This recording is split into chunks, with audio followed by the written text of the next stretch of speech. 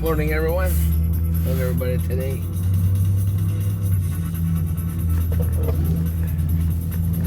Got some blowing snow today. It won't be too much, but a little bit there, here and there.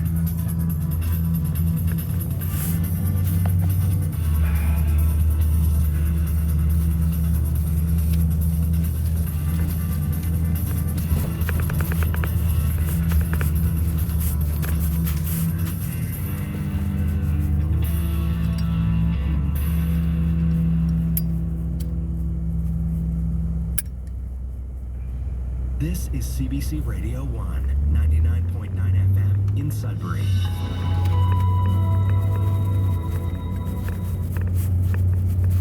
Today on Commotion. Last night was the Junos. That's the biggest night in Canadian music. And today, the group chat is gathered to talk about the biggest wins, the snubs, and the surprises. And you'll hear about Nickelback's big award, plus a very special tribute to hip-hop in Canada. This jam is amplified, so just glide like the backbone slide. Commotion with Elamine Abdelmahmoud. This morning at 11:30 in Newfoundland, and on the CBC Listen app. The CBC News is next. Coming up in an hour, it's Q. For a guy who is pegged as a handsome type, Alexander Skarsgård has played some strange, bizarre roles. But Alex will tell you that's intentional because of the way he thinks about life. Alexander Skarsgård will be here to talk about that and his new bizarre film, Infinity Pool. From CBC News, it's the world this hour. I'm Jeff Philpott.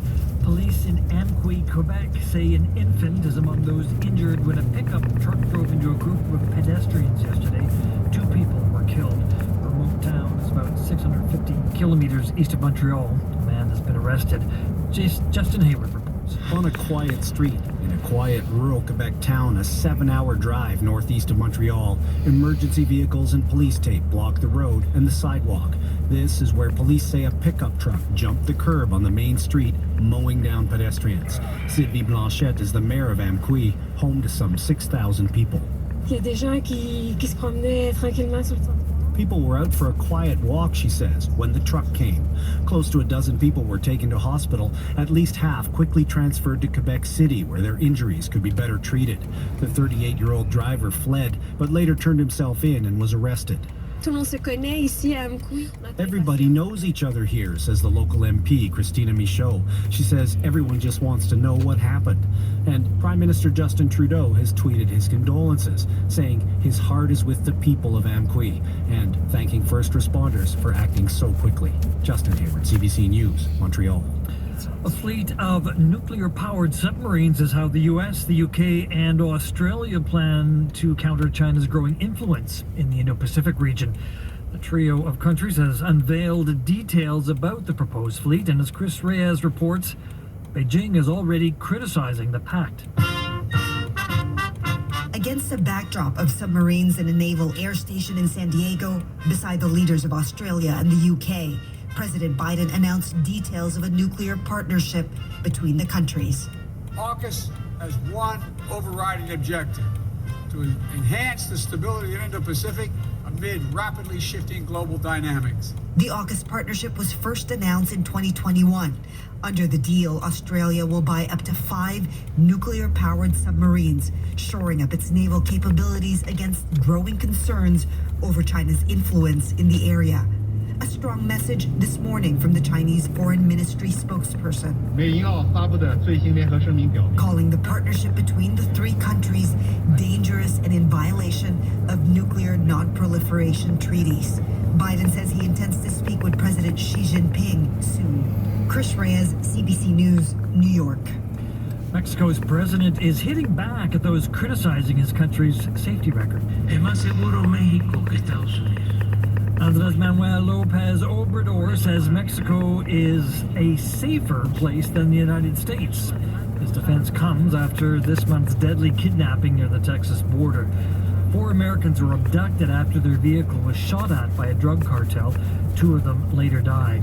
In the aftermath, some U.S. Republicans called for American military action against the cartels. Back here at home, there was an unscripted moment at last night's Juno Awards in Edmonton. It happened as Avril Lavigne was introducing a performance by Punjabi-Canadian singer and rapper AP Dillon. With sold-out shows in Canada, the U.S. Get off. Get off. That's Lavigne reacting to a topless woman having climbed onto the stage. She had the words "Save the Greenbelt" painted on her body, an apparent reference to Ontario's decision to open up protected areas of land to housing. The protester was quickly escorted away by security. As for the awards, Lavigne herself won the Fan Choice Award. The Weeknd took Album of the Year, and Breakthrough Artist of the Year went to Preston Pablo. Lastly, to Pakistan.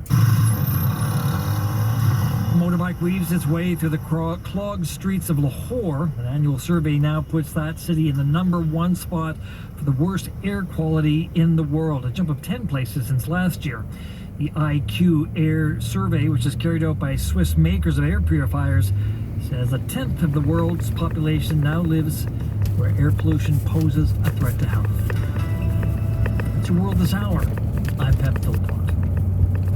Now the weather near the Quebec border and for Northbay and West Nipissing. A few flurries at first, but some clearing this afternoon. Most of the rest of the region will have sunshine. Little Abitibi and Kisagami Lake could be cloudier this morning, but should have some clearing begin this afternoon. Gusting winds for many areas today. Highs of -4 to +1 degree, but it will feel colder with the wind chill for many areas. Tomorrow, sunshine for most of the region, but it will start to cloud over as early as morning for some areas, but mostly in the afternoon. Fraservale, Pleasure Lake, and the far north will have periods of snow develop. Hello, I'm Mark Kelly, and you're listening to The Current.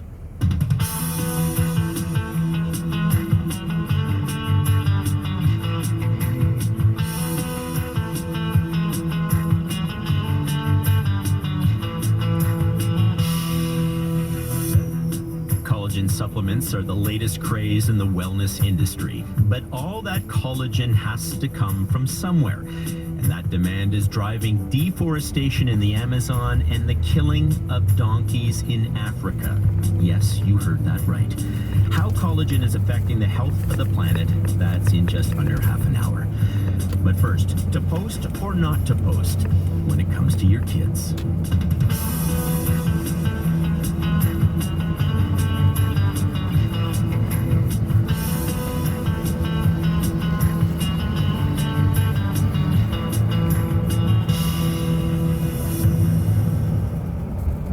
If you spend time on social media, chances are you've come across videos of parents and their kids. I am going to be attempting to prank my kids for the entire day. Here's my husband's reaction after I drew on fake eyebrows on my baby. Spraying water on my toddler until she said stop. Sonali, I need you to go put your shoes on right now. Why? Because I'm about to go fight somebody, and I need you to fight their daughter if I'm fighting somebody. Come on. I need you to get your shoes on real quick. Because this lady out here, she's trying to fight me, and she has her son with her, and he said that he's gonna fight you because she's fighting me. Oh, I'll knock him out. Get your shoes on. I remember battles over getting my kids to put their shoes on, but that approach is new to me. Well, it's just one of many parenting tricks and pranks, along with family vlogs and dance videos. There's so much of this content online that it has a name. Sharenting. Sharing, parenting, you get it. Maybe you've even done a bit of it yourself, but now there's a growing concern that some parents are sharing too much about their children online. And officials in Washington state are considering a bill to protect the privacy of children of influencers. It was put forward by Chris McCarty, the founder of Quit Clicking Kids. House Bill 1627 is a bill to protect children who are monetized on family social media accounts that generate a significant amount of revenue, as well as accounts that consistently feature their kids. So this legislation is tailored to provide financial compensation for kids working in these family vlogs, and it also affords them the right to request any video featuring them to be deleted once they reach the age of majority, 18. In Canada, there are parents who support this move. Children are human beings who are entitled to privacy and dignity and respect, and I'm so tired of parents filming their children's embarrassing and low moments and traumatic moments and trauma to have something to post in hopes it goes viral. Like, it needs to end. We need to treat children better. Well, that passionate person is Sarah Adams in Vancouver. She runs the TikTok account Mom Uncharted. Her videos on the dangers of sharenting attract millions of views. Good morning, Sarah. Good morning. Thanks for having me. Well, it's an interesting discussion. I mean, tell us, why have you taken on what upon yourself to call out the dangers of sharenting? I call myself Mom Uncharted because we are truly in uncharted waters as it relates to parenting in this digital world. For the amount of time parents are online and sharing their children, I just didn't see enough conversations happening in regard.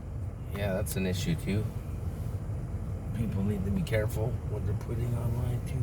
Anyways, have a good day, everyone. Looks like we're gonna have some snow for today. A